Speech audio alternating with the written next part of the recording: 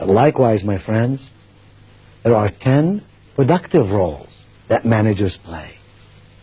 And you may spot some of these roles in your own life, and I'd like to share them with you.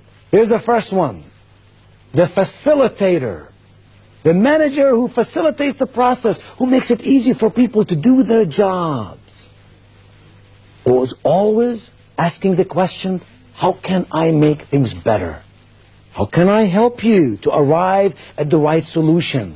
What are some of the elements that are keeping you or your department or your team from accomplishing the mission at hand? They facilitate the process, and in so doing make everybody feel good and powerful and strong.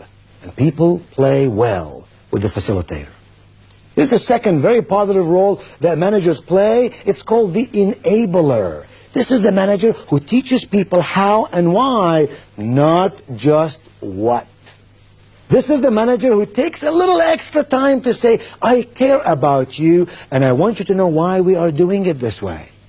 And so next time when you cross this bridge, you will know for yourself some of the ideas that went into the making of this decision. This is the manager that grows people instead of simply uses people. The third productive role that managers play is called the empowerer.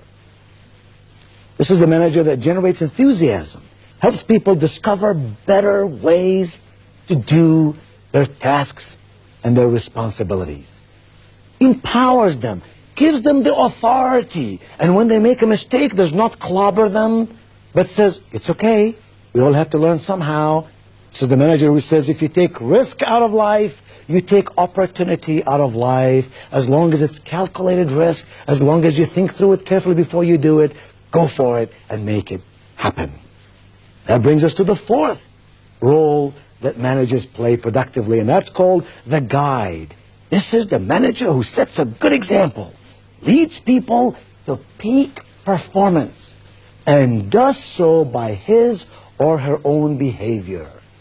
These are the managers who don't say, do as I say, but rather say, yes, indeed, do as I do. They're the guide. They show us the way, and they lead us to prosperity and success. The fifth role is called the encourager. This is the manager who helps people believe in themselves, lifts people when they feel down, but without assuming the responsibility for their problems. Do you know the manager I'm talking about? The individual who lifts you up and makes you feel very special and moves you along the way to success, but does not necessarily do the job for you, does not necessarily assume all your responsibilities, rather just helps you to do them well. The sixth role is called the complimenter. This is the manager who tries to catch people doing something right and then rewards them for it. He always compliments in public and always criticizes in private. I don't mean by compliments that they're empty compliments that have no meaning, because if you give compliments coming and going day in and day out, the person who listens to those compliments is an intelligent human being. If they regard this compliment with any sense of significance, it must be a genuine compliment. It must be a compliment that the person says, I'm glad my boss noticed me doing something right. It makes me feel good that my manager complimented me on this project. Number 7, the peacemaker. This is the manager who works constructively to settle disputes. This is the manager who serves as an advocate to both management and workers. You know what I'm talking about?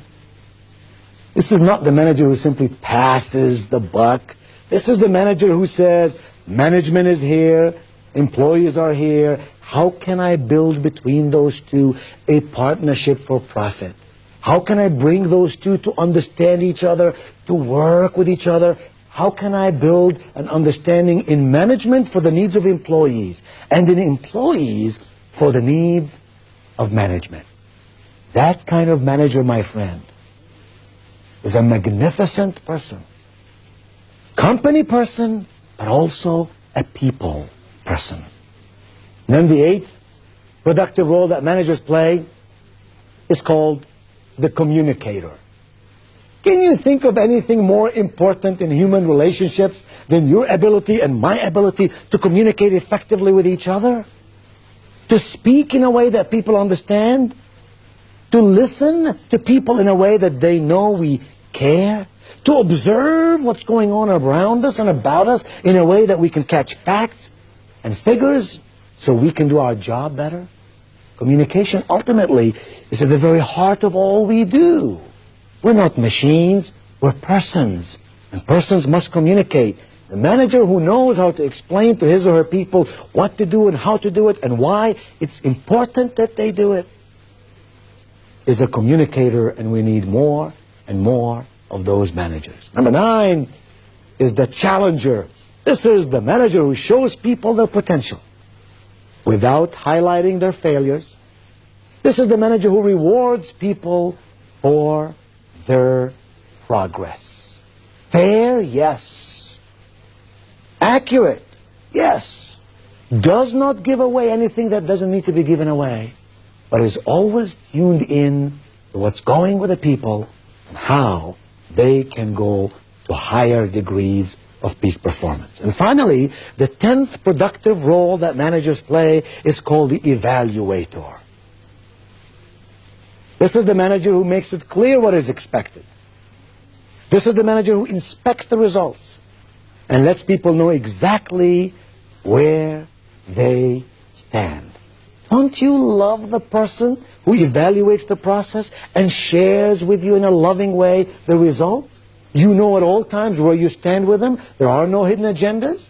You're not afraid of the unknown. You know where you are. And when you do something well, they reward you. And when you don't do something well, they tell you how you can do it better the next time.